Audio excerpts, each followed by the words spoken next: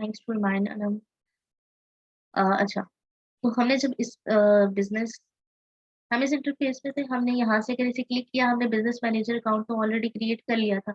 उसकी सेटिंग पे अगर हमने क्लिक करते हैं तो हम इस तरह के इंटरफेस पर आ जाते हैं। तो सेटिंग में हमारे पास बेसिक जो सेटिंग्स होती हैं वो होती है, जैसे कि मैंने यहाँ पर खुद को इनवाइट किया हुआ है तो अब ये पेंडिंग में जा रहा है। अगर मैं इसे एक्सेप्ट करती हूँ तो मैं यहाँ पर शो हो जाऊंगी। यहाँ पर वो एड पीपल दिखा रहा है कि आप इस बिजनेस मैनेजर की एक्सेस अगर किसी और को देना चाहते हो तो यहाँ से आप लोगों को ऐड कर सकते हो।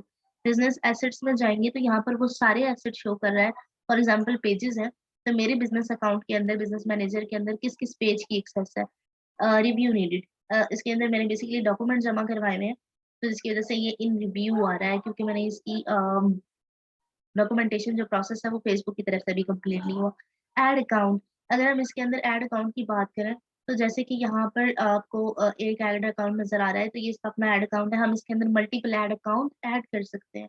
अगर हम मिसाल के तौर पे किसी और का ऐड अकाउंट यहाँ पर एक्सेस लेना चाहते हैं तो वो ले सकते हैं।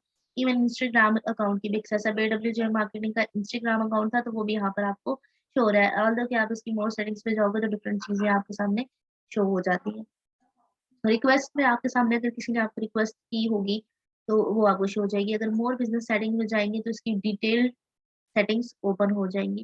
तो ये बिजनेस मैनेजर अकाउंट में जाएंगे जिसमें बेसिक सेटिंग्स जो है आपके सामने आ गई है, और ये बाकी डिटेल सेटिंग है।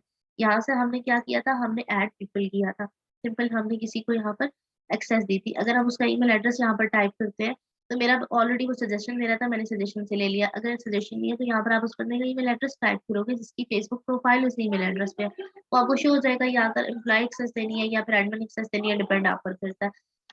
ऑलरेडी मैंने अपना उसको तो दे दिया है। मेरे पास अगर कोई और हो account, इस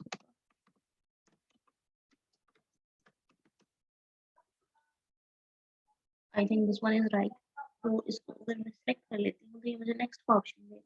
शो एडवांस ऑप्शन में भी जाकर देख सकते हो कि किस किस चीज़ की है। फाइनेंशियल एनालिस्ट, अगर हम ये सारे करते हैं तो उसको डिफरेंट ऑप्शंस की एक्सेस मिल जाएगी कि वो हमारे ऐड अकाउंट पे डिफरेंट एक्टिविटीज ओपनली परफॉर्म कर सकता है। ठीक है, तो यहाँ पर हमने सिंपल जो है उसको इनवाइट करना है।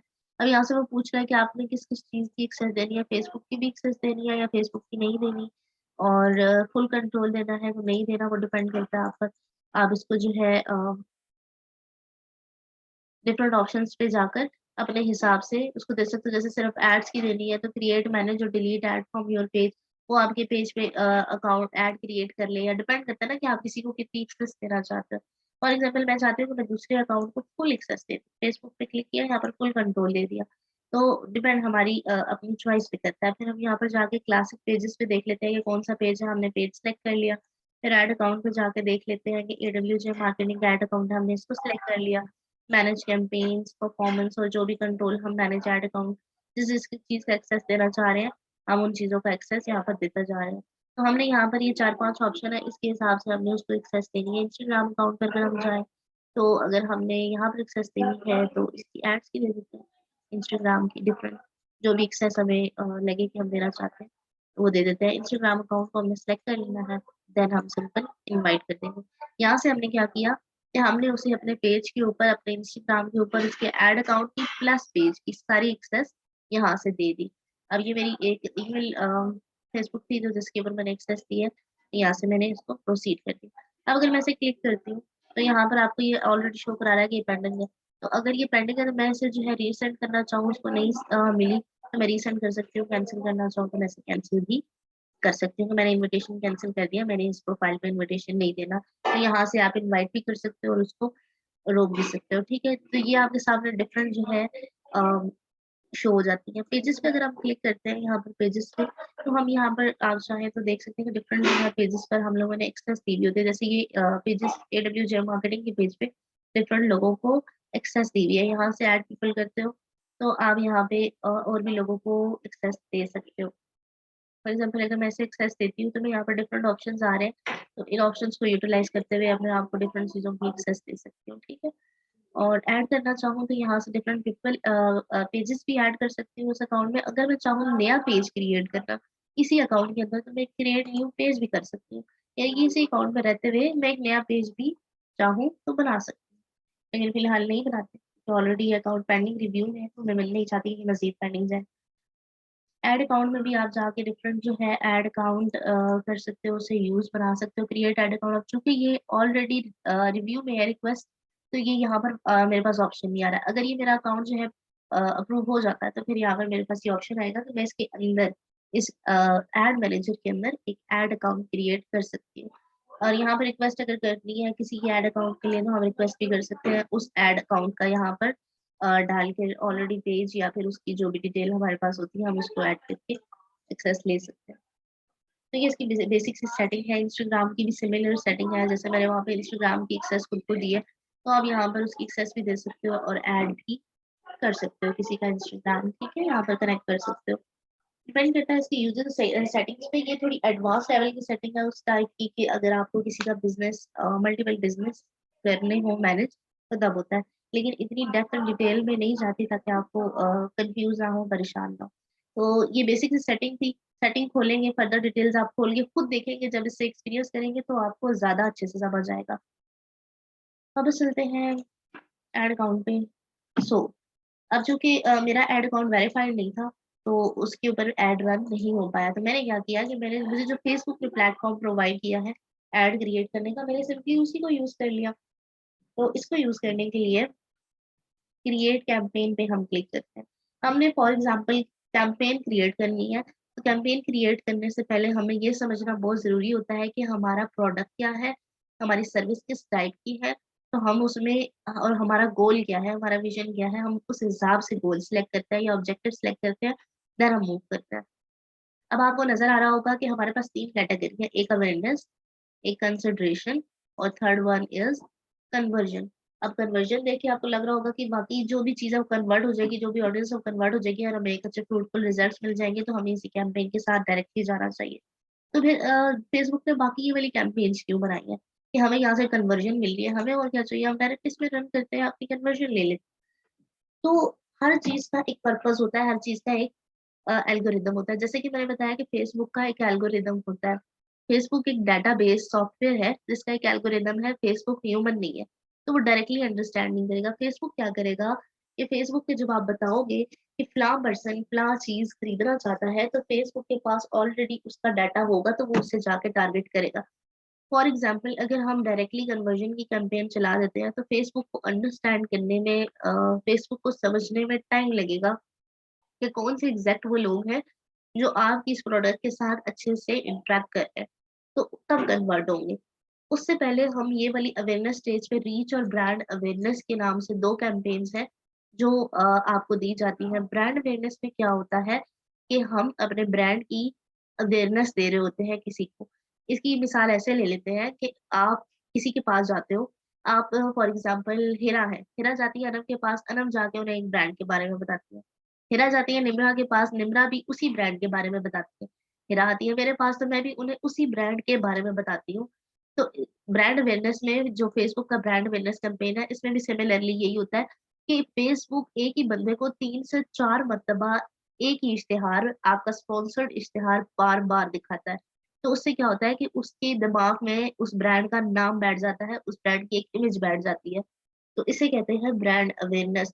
तो फेसबुक इस बात पे क्लेम करता है कि 2 दिन के बाद अगर वो ऐड नहीं देखते, 2 दिन के बाद अगर उनसे उस ब्रांड के बारे में पूछा जाए, तो उनको वो नाम याद होगा, क्योंकि वो इतनी दफ़ा उनको अपना दिखा चुके हैं। हम कहते हैं कि शान मिसालें, फॉर एग्जांपल आप लोगों ने कभी सोचा हो कि शान मिसालें ऑलरेडी बिक रहे हैं, सर्फ एक्सेल ऑलरेडी बिक रहा है, एरियल सर्फ भी बिक रहा है, तो ये सब लोग ऐड क्यों चलाते हैं? ऑलरेडी शॉप पर बिक रहे हैं और कोई इतनी बड़ी प्रोडक्ट भी नहीं है जितने बड़े ऐड चला रहे होते हैं। बेसिकली वो ब्रांड अवेयरनेस कर रहे होते हैं। अपने ब्रांड को मार्केट में इन रखने के लिए, लोगों के दिमाग में बिठाने के लिए, आने वाली नई नस्ल के दिमाग में बिठाने के लिए ये ऐड रन किए जाते हैं। उनकी स्ट्रैटेजी अब अगर आप चेक करें, सर्फ एक्सेल के इश्तिहार में बच्चों को लाया जाता है। बच्चे क्या होते हैं कि खूबसूरत चीज़ें या अट्रैक्टिव चीज़ें देख के अट्रैक्ट होते हैं। बच्चे टीवी देख रहे होंगे, बीच में सर्फ एक्सेल का ऐड आएगा, तो वो अपने पेरेंट्स को बोलेंगे कि हमने यही वाला लेना है, क्योंकि ये दाग धो देता है और उसमें अट्रैक्टिव लाइन्स यूज़ की जाती हैं ताकि बच्चे अट्रैक्ट हों या ऑडियंस अट्रैक्ट हो के वाक़ई दाग खत्म हो जाते हैं। जिस तरह का मर्ज़ी दाग लगा लो, जैसे वो कहते हैं ना दाग तो अच्छे होते हैं, तो बच्चे भी यही समझते हैं कि शायद हमने इस तरह खेलना है, उसके बाद दाग तो अच्छे होते हैं, लगा लो दाग, फिर सर्फ एक्सेल से धुल जाएँगे।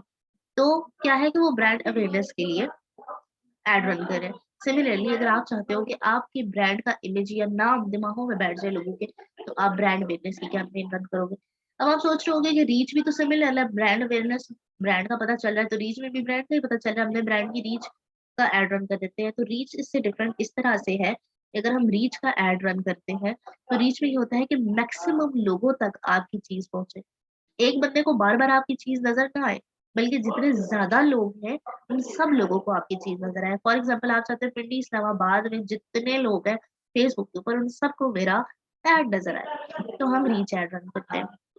अब डिपेंड करता है situation to situation sorry, depend करता है brand to brand, situation to situation. आपका गोल क्या है डिपेंड उस पे कर रहा होता है, प्लस आपका बजट क्या है उस पे भी डिपेंड कर रहा होता है। और प्लस जो है आप चाहते क्या हो, आपका बजट के अंदर रह के क्या आप उसमें से गेन करना चाहते हो। अच्छा, ये 2 हम एड तब रन करते हैं, इसका एक बड़ा बेनिफिट ये होता है, अगर आपने डायरेक्ट कन्वर्जन एड रन कर दिया, आपको समहाउ जो है एक मिल जाएगी, समहाउ कुछ कन्वर्जन मिल जाए। लेकिन अब फेसबुक चूँकि एल्गोरिदम अंडरस्टैंड करता है, तो वो क्या करेगा, अगर आपने ब्रांड अवेयरनेस ऐड रन किया है, तो वो ये देखेगा कि कितने लोग हैं जो इंटरेस्ट लेते हैं आपकी तरह की प्रोडक्ट पे, जिस प्रोडक्ट पे आपने ऐड रन किया है। किस तरह के लोग हैं, उनका बायोग्राफी क्या है, उनका बायोडाटा क्या है। अब चूँकि हमारी फेसबुक प्रोफाइल पर हमारा बायोडाटा होता है, हमारे इंटरेस्ट होते हैं, हमारी डिफरेंट चीज़ें होती हैं, हम उस पर अपडेट्स करते हैं। सिमिलरली इंस्टाग्राम पे करते हैं, व्हाट्सऐप पे भी हमारे स्टेटस होते हैं। तो क्या है कि ये व्हाट्सऐप और इंस्टाग्राम और फेसबुक आपस में इंटरलिंक्ड है, प्लस गूगल से डाटा उठाता है फेसबुक। तो क्या इतना सारा डाटा जब वो इकट्ठा करता है, तो वो उस पर्सनैलिटी को, उस इंडिविजुअल की पर्सनैलिटी को अंडरस्टैंड करता है कि इस बायर का पर्सोना क्या है, पर्सनैलिटी क्या है, ये किस चीज़ में इंटरेस्ट लेता है। फॉर एग्ज़ाम्पल अगर आपका जो बायर है, वो स्पोर्ट में इंटरेस्ट लेता है, तो वो स्पोर्ट की तरह के पेजेस को लाइक करता है, स्पोर्ट के ग्रुप्स में जाके ऐड होता है और स्पोर्ट की एक्टिविटीज़ को पोस्ट करता है। प्लस वो डिजिटल मार्केटिंग में इंटरेस्ट लेता है, डिजिटल मार्केटिंग के पेजेस को लाइक करता है, ग्रुप्स में ऐड होता है। एक बंदे के मल्टीपल इंटरेस्ट हो सकते हैं ना, तो सिमिलरली इसी तरीके से फेसबुक अंडरस्टैंड करता है कि कौन से इंटरेस्ट वाला पर्सन है जिसको आप टारगेट करना चाह रहे हो, उसका बिहेवियर क्या है, तो फिर उसी पर्सन को आपका ऐड दिखाया जाए। तो इन ऐड को रन करने का बेनिफिट ये है कि जितने ज़्यादा लोग ऐड देखेंगे, उसमें से जो लोग इंटरैक्ट करेंगे, आप उन लोगों को दोबारा से टारगेट कर सकते हो अपनी कन्वर्जन ऐड के लिए। कन्वर्जन ऐड बेसिकली आपको कन्वर्ट करते हैं आपकी वेबसाइट पर, अगर आपकी कोई भी वेबसाइट है, आप उस पे ऐड चाह रहे हो कि आपकी ट्रैफिक आए और वहाँ से आके आपकी जो है सेल हो आपकी बेसिकली वेबसाइट से, तो कन्वर्जन ऐड रन होते हैं। ब्रांड अवेयरनेस और रीच में आप सिंपल जो है सिंपल ऐड रन करते हो। ऐड रन कैसे करते हैं ये बाद में सीखेंगे, सबसे ज़रूरी अंडरस्टैंडिंग है कि आपकी बेसिकली जो कैंपेन ऑब्जेक्टिव्स है वो कहते क्या है और कौन-सा ऑब्जेक्टिव किस बिज़नेस के लिए कहाँ पर फिट आता है। तो बेसिकली इन 2 ब्रांड अवेयरनेस का और रीच का ऑब्जेक्टिव आई होप कि आपको समझ आ गया होगा। मैं यहाँ पर स्टॉप करती हूँ और आपसे पहले कन्फर्म कर लूँ। जी, तो अब बताएँ कि किसी को कोई कन्फ्यूज़न यहाँ तक समझ आया है, क्लियर हुआ है?